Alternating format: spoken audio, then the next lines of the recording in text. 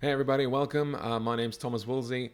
Welcome to the Center. Today we're going to be looking at the presidential election in the United States, the election of Joe Biden as the president-elect, and the end of President Trump's tenure in the office, however much he tries to avoid it. That's what we're going to be looking at today. So if you like this video, give it a like, drop a comment down below, consider subscribing if you really like it, and if you'd like to see more content like this. I'd much appreciate it, and welcome to the Center. Joe Biden has won the 2020 presidential election. Despite a strong and consistent lead in the polls since the spring, many of us still didn't dare to dream that he might win, that after 4 of the most turbulent years in the history of the American presidency, that President Trump might be defeated. I will always try to be unbiased with you, but I will not be impartial. I will tell you my views on something and why I hold them. And I am celebrating that the president did not win re-election. Biden has flaws like any other man, and when he takes office, I will scrutinize him.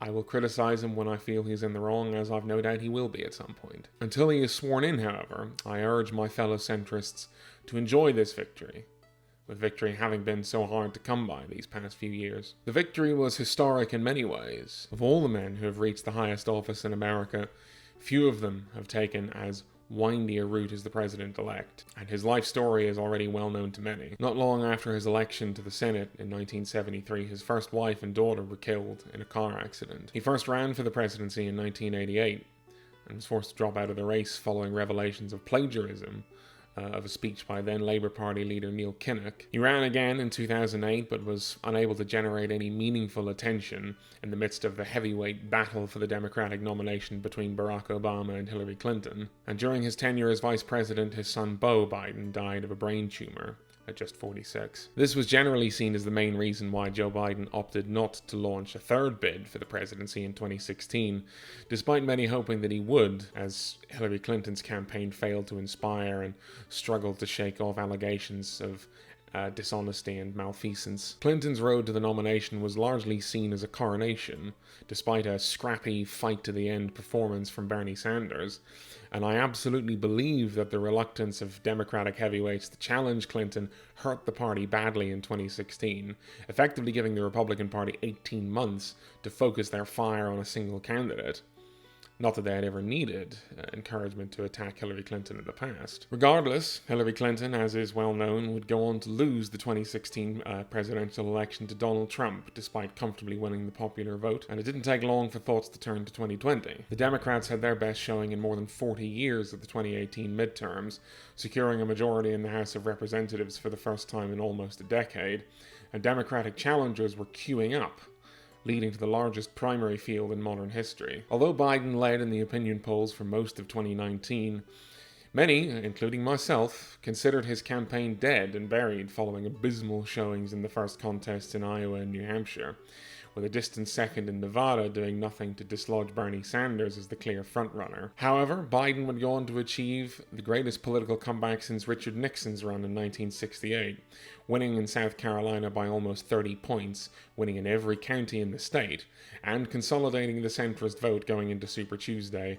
after his main rival among centrist voters, Pete Buttigieg, dropped out and endorsed Biden's campaign, followed by Amy Klobuchar. Biden won 10 states on Super Tuesday, including the big prize of Texas, leapfrogging Bernie Sanders to become the frontrunner for the nomination, a spot he wouldn't relinquish. Biden selected California Senator Kamala Harris as his running mate, making Harris the first woman of mixed ethnic heritage to appear on a presidential ticket.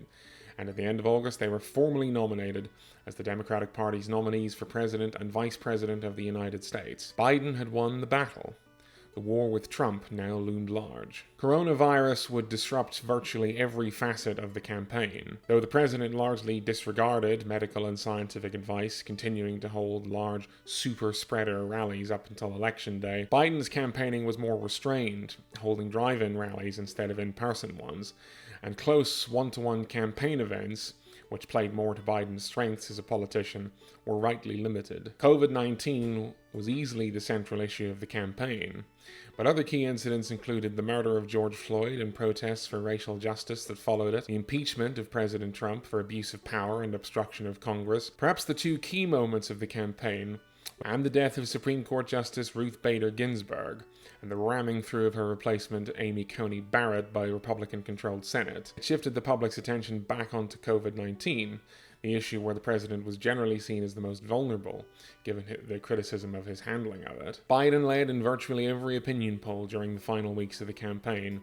and would ultimately capture the presidency on November 7th, defeating Donald Trump and becoming the first challenger to defeat an incumbent president since 1992, and becoming only the second former vice president to be elected president in US history, following Richard Nixon's victory over Hubert Humphrey in 1968. The president has, to the surprise of few, refused to accept the results, firing off multiple lawsuits and alleging widespread voter fraud without evidence. The Republican Party has unfortunately been all too willing to humor the president's delusions, but legal experts from both parties have said that there is little chance of the courts overturning the result of the election, given that Biden leads by tens of thousands of votes in multiple states, all of which the president would need to win to be re-elected. By Inauguration Day, Joe Biden will be 78 years old, easily the oldest person ever to become president. He faces a pandemic still in full swing, a deeply divided nation, likely a hostile Senate, weakened and undermined institutions at home, and alienated allies and emboldened enemies abroad. No president has inherited the US in a state of such crisis since the Second World War. Whatever my feelings towards the president-elect on a personal basis, I admit to being deeply skeptical of his ability to deal with these crises and implement a meaningful policy agenda, with Mitch McConnell still likely to be Senate Majority Leader for at least another 2 years. After his inauguration, I will scrutinize his presidency.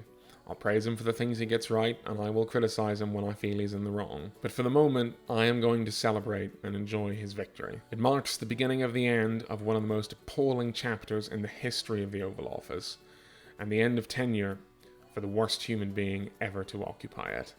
Alright everybody, thanks for watching. If you liked this video, hit the like button down below. If you disliked it, you can hit that button too. Leave a comment, I'll absolutely drop a reply. And if you like this and if you'd like to see more content like this, hit subscribe. Next week, I'm going to be doing a video fantasy booking a Joe Biden cabinet, who I would like to see fill his cabinet posts. So if you'd like to see that, then as I hit subscribe so you don't miss it. And in the meantime, until then, my name's Thomas Wolsey. Stay safe out there, and stay centered, my friends.